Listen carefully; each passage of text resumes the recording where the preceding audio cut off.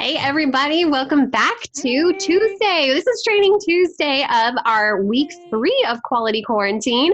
I am Amy Davison with Mama Bear Apologetics, and with me we have Elizabeth. Oh, thank you. Sorry. I'm Elizabeth from Foundation Worldview. And I'm Lindsey from Mama Bear Apologetics. And if you didn't see our video yesterday, Miss Hillary, she's out this week. For this set of week videos, if you can't tell by all of us wearing the exact same thing, we film these all in a row. We don't, I swear we change our clothes. And so she's just not going to be filming with us because she's a little under the weather. So yeah, that's what's going on. So for today, though, today is Training Tuesday, and we have a really fun activity that is actually, it's pretty relevant, especially if you happen to not have this on you or it dies. And our activity for today is map reading. Now, in last week's video, Elizabeth shared a really great story of how her student, when she was watching Frozen 2, had asked, how do you know what the next right thing is if you don't have an objective standard of right things? And when it comes to map reading, you have to have these landmarks and, directions. You have to know where north is, because if you're going south, when you're meaning to go north, you're going to have some issues, which, let's see, that was Elizabeth. You had a really funny story of how that happened with your family. Yes. So I saw this in my family. And first of all, I need to start off and apologize to my mom, who I know will be watching this video. And just to say, my mom is the most amazing person that I know. So this is no criticism of her character. It's just in her and my dad's relationship, my dad is more the one who has the directionality skills. And so I officially became the map reader at age 10 in my family, because we were on this trip and we lived in New York, just north of New York City. And we were traveling down to a wedding that was just outside of Washington, D.C. And after over 4 hours in the car, we ended up back in New York City. And my mom was the one who was reading the maps. So I do remember that after we stopped for dinner and everyone had kind of calmed down a little bit, my dad turned around and gave me the atlas. And ever since then, when we were in the car before the days of GPS, it was my job to read the map. So it's really important to have a correct map, and then also to make sure that you know how to correctly read it. And I think, Lindsey, you had a story of not having a correct map and what happened to you.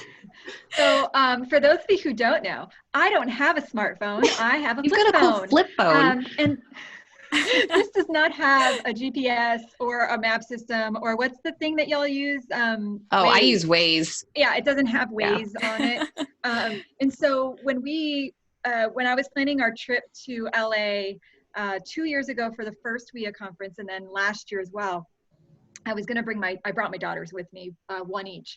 And I pre-printed the maps that we would need to get us from LAX to the hotel. And as we were driving to this hotel, it said, make a left turn. And I ended up going the wrong way on a one-way because the map had not been updated to suit the construction. And it was terrifying there for a moment. Thankfully, LAX, that's not a big deal, I guess. A lot of people going the wrong direction on the street. Oh, gosh. It seemed like the drivers around me were not phased, at all. They were they just paused and let me kind of figure things out. And then it was normal day. That is so nice. I wouldn't have thought that they would have been so nice. Yeah, that would not have happened in New York. That would have been there was no bad. beeping. There was Guess you're getting crashed into. Expletives. Yeah, they were all very kind and gentle, and I was like, thank you so much. My daughter was kind of do you know how to drive? Yes, I do know how to drive. Oh my gosh. That reminds me of that, oh gosh, it was on Cars 2 or whatever, where you had Flynn McMissile. It was right after this car chase, and he's like, you never feel more alive than when you're almost dead. And it's he's driving on the wrong way. Oh, you poor thing. Oh my goodness. Yeah, it's terrifying.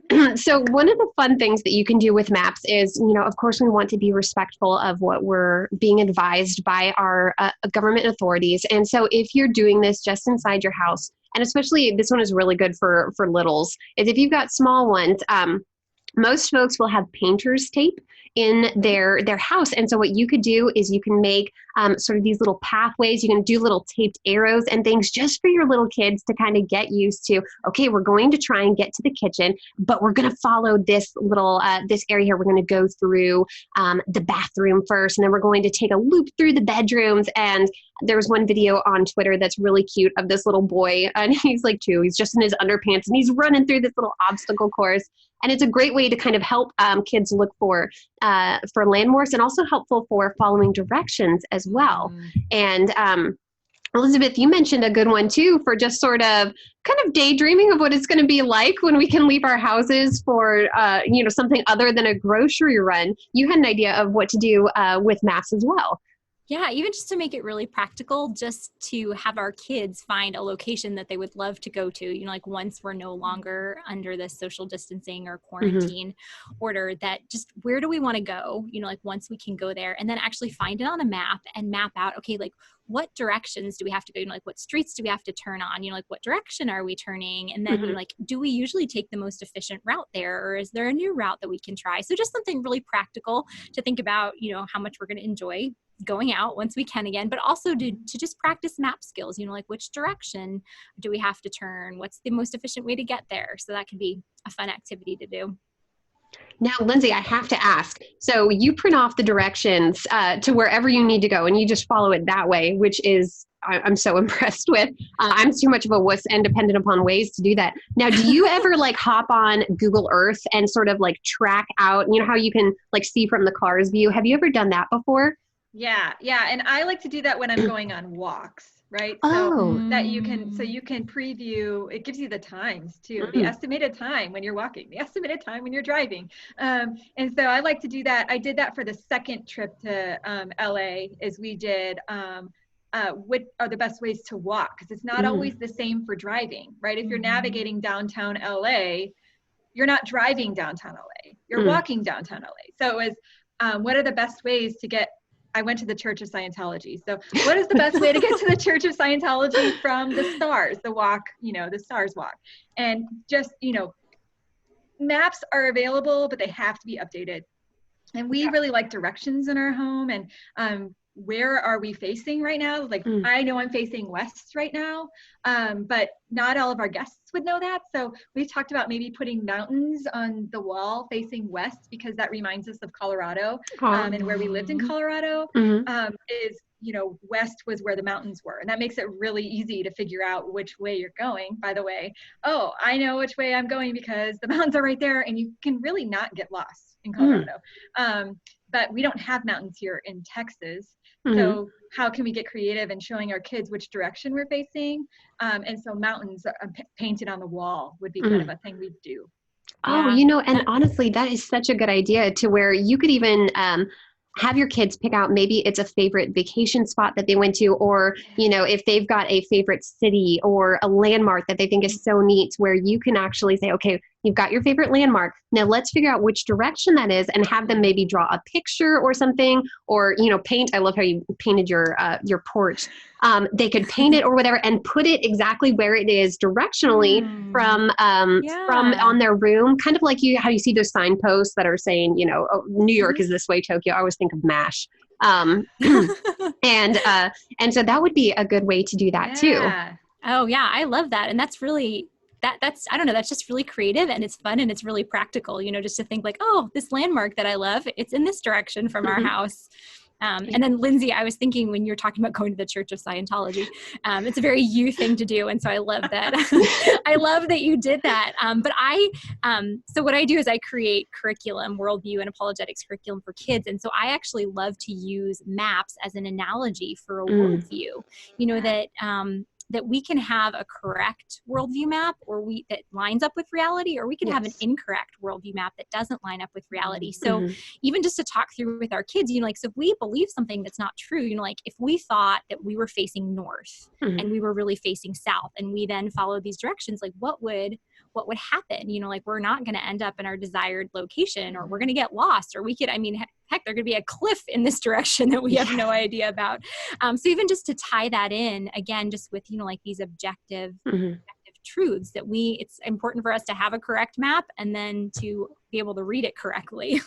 Absolutely. And again, this is going so beautifully into what we're going to talk about on Wednesday and Thursday about understanding objective morality, is because what do our beliefs, what are the natural results of our beliefs? Where are they leading us? And does that correspond to reality? And it's so important, especially in today's culture, where a lot of it's feelings based, or it's whatever the culture approves. It's okay, but wait, where does that lead us? that's why it's so important for kids to understand. I love that Foundation Worldview, they've got this whole, you said a whole unit on maps, which is absolutely fantastic. And parents, with y'all doing homeschooling now, this is a great opportunity for you to be able to now input that biblical worldview that they are not going to get within public school. And so we highly recommend for you guys to go and check out Foundation Worldview, which that's the website, yes, foundationworldview.com.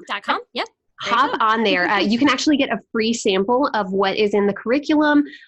We even have, you're actually doing there's a video of a talk that you're doing now with Train Them Diligently. Yes? Mm-hmm. Teach Them Diligently. Yep. Teach Them Diligently. And we'll include that link as well within there for, it's really inexpensive, $20. You get access to all these videos. And so this is just a great opportunity that we just want to encourage you to now give them the education that you wish that you had. And one of the great ways that you can do that is through Elizabeth's curriculum. So we thank you guys so much for joining us for Training Tuesday. And what we would absolutely love for y'all to do is if you could take pictures of your little map making adventures, whether it's you're having your kids maybe map their way to a landmark within their town. Like we can walk to our town, so it would be easy for us to do, or around the neighborhood, or if they have made a landmark and put it up on their wall somewhere, or even just them setting maps. We would love these pictures if you could tag hashtag Training Tuesday, hashtag maps, get creative with all the hashtags, but be sure to tag Foundation Worldview and Mama Bear Apologetics, because we would love to see what you're doing with your families. And who knows, you may make it onto our little podcast here, a little picture of it. Mm-hmm. So we thank you guys so much for joining us. And we just pray that you have a great rest of your Tuesday. Bye. Bye.